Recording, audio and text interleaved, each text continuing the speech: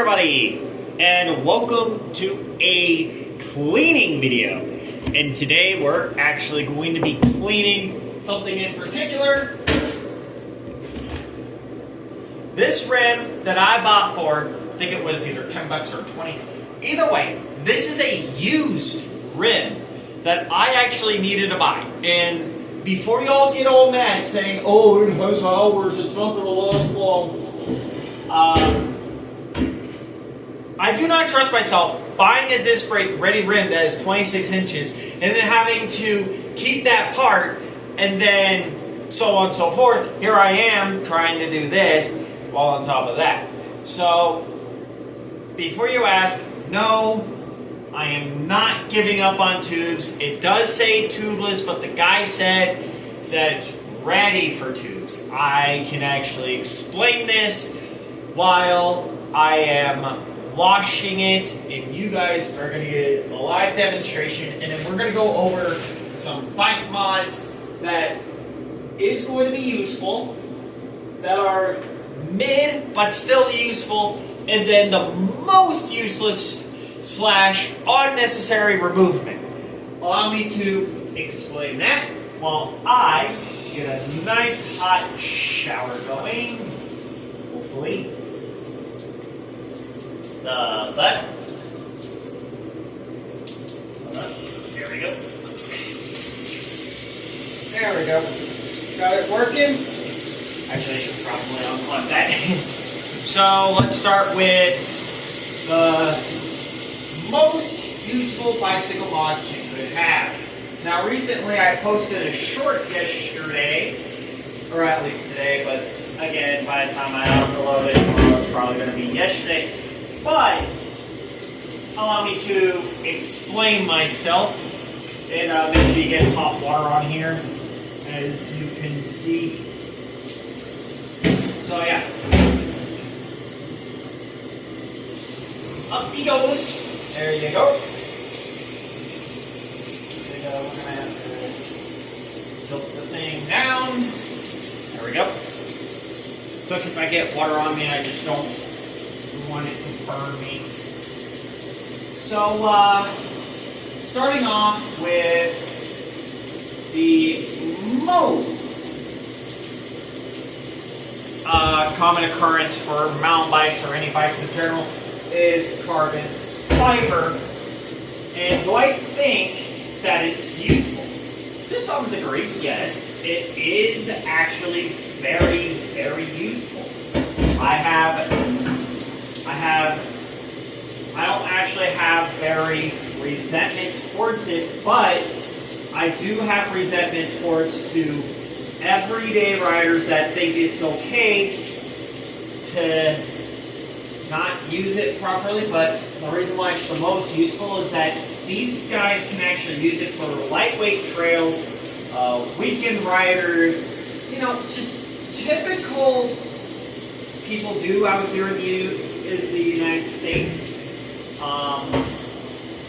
But yeah, well, what? So that actually, yeah, it's the most useless. And let me explain why it's also slash unnecessary weight. I don't have a problem with mountain bikers that don't go on rough trails every day. They either stay on pavement or they go on like a moderate trail or just like a perfectly good city trail. That's the only time you should use carbon fiber rims for that. You don't need carbon fiber rims if you're going out on a rough patch. Now, before you all get mad in the comment section saying, oh, I have no idea what I'm talking about, let me explain this. You have a risk factor that is actually there. Now, if you take these carbon fiber rims, if you don't own a road cruiser, if you don't have a beach cruiser, if you don't do BMXing, if you just do weekend mountain biking, I don't have an issue with that. But I have problems with people thinking, oh yeah, this is not going to happen to me at a later date. And so what happened next? Well, somebody actually got hurt. And as well as carbon fiber handlebars, and we're going to go over that one as well. You may think you act cool, you look cool, but the next thing you know, BAM! You hit a jump and you lost control because carbon fiber tends to slip easier with rubber grips. How do I know this? Probably because that you're increasing the risk and getting rid of unnecessary weight that is necessary. What I recommend, if you want to get rid of some weight, is like just get carbon fiber suspension. Like it's not that hard, it's not that big of a deal to do it. And the other thing about carbon fiber is that you also have to pay extra for it. Why? Probably because of the fact that it's carbon fiber. It's more on the pricey end. That's why you see a lot of road cruisers that still have it today. Why is there so very little people that have carbon fiber on their bikes? It's because they don't want to get hurt. They know it's risky. I see some weekend rider, and if he has carbon fiber, then good for him. Now if it's an everyday cyclist, or even a rough trail rider, then he has carbon fiber. Next thing you know, he wrecks, and I'm like, maybe you should not do that. Anyways, moving on. Next, and this will tie into the other short, is red or blue lights up in the front. Don't do that. For one, don't do that. Unless if you're making a show bike, then that's perfectly fine.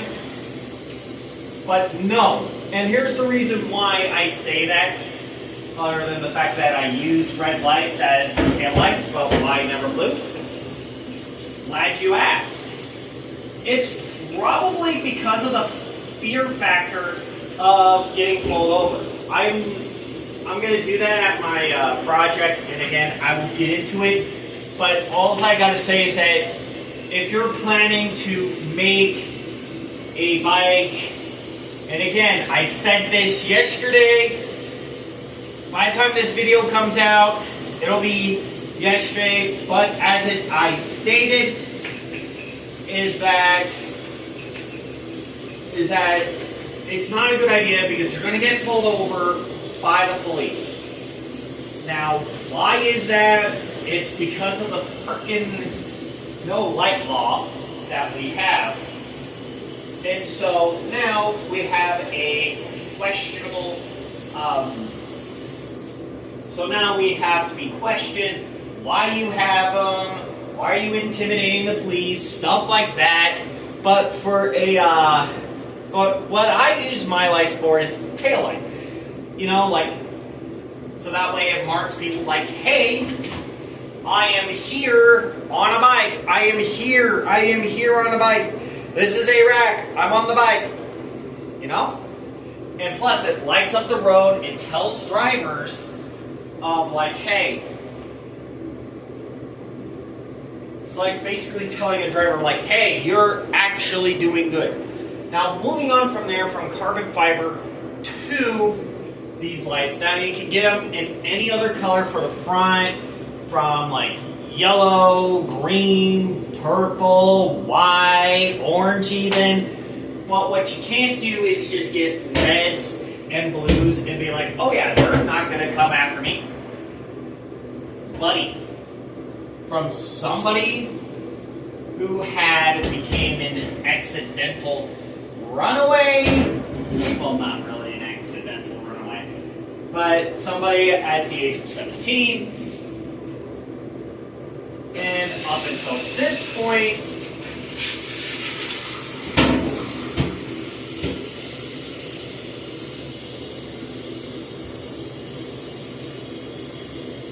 there we go, got it. But yeah, from somebody who got accidentally mixed up in the law, I think I should know a thing or two that, at least in high school up until this point, why you should not do red and blues. And it's also common sense. Like, goddamn. If you're going to let your kid have red and blues on his bicycle, then you should not be a parent at all. I'm just saying is that it's better for him to grow up in a stable household that actually cares about his safety versus you trying to do it, and I'm going to probably get some WD-40 on this, but that's all the way out in the garage. So yeah, again, do not do that. You're going to get pulled over, you're going to get questioned, and then you're going to be either A, going to be going to jail, or B, you're just going to get a fine, and you can basically go to court if you want to try to say like, oh, I was doing an innocent modification. And finally, the most stupidest thing I could ever see somebody doing bike modding for everything else. Do not put racks on a BMX bike, because these things are actually made for stunting. You can add brakes, you can have no brakes, you can have lights on it because it's technically a stunter, from red to blue to green, whatever color you want. That is considered a stunt bike. And I am going to go ahead and get some WD-40, so I will be right with you.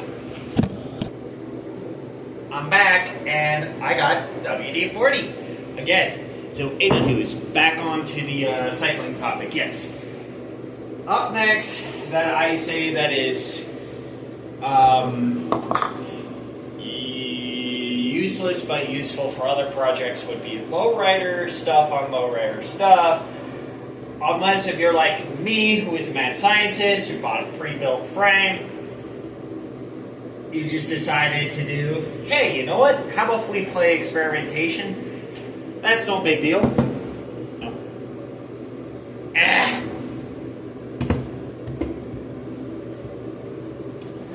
There we go.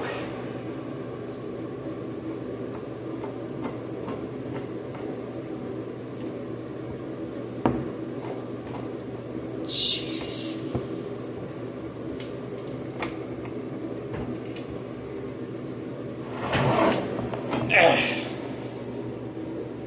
God, I hate doing that. But that's okay, so what I'm going to do is pour a little bit of WD-40 into my black bowl that I've been using, I think, for,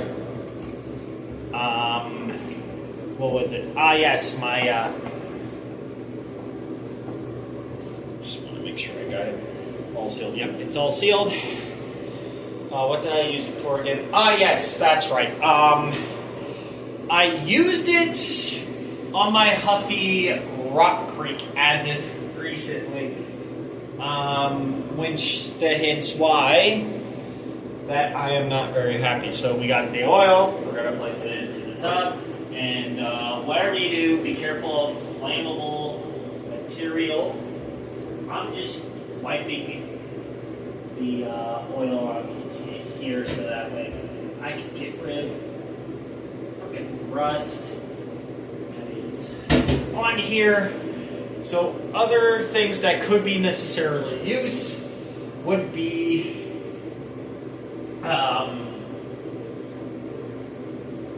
what's the word I'm looking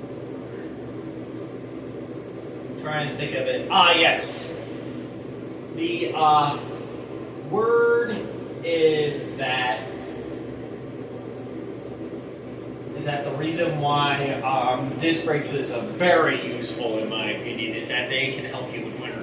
Coaster brake is also technically helpful, but not really, because you would have to oil and grease that thing up like it's no tomorrow, which is why I am still confused as if why we have a coaster law that just flat out refuses to have hole rim. So yeah, don't do coaster rim. Lowrider part sticks with lowrider parts most of the time, but again, my stuff is a custom build. For those that have not been on Tumblr, I do show off my build, so I will place it in my bio. By the time that pops up, I think you should just go ahead and check it out, just to see the build progress. I'm still going to post it here on this very platform, but again, that is just me, because yeah.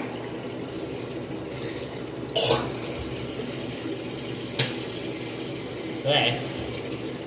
So yeah, that's not an issue at all. And finally, the useful product, I should say, is that recommending for any cyclist that is willing to do commute. Get a mirror if you're going to be out on the road. It doesn't have to be so big to where it's going to interfere with your trail riding. Just like big enough to where it could be on the end cap or on your handlebar. Just something, just to keep in mind. But anyways, excuse me. But yeah, until the next time, peace.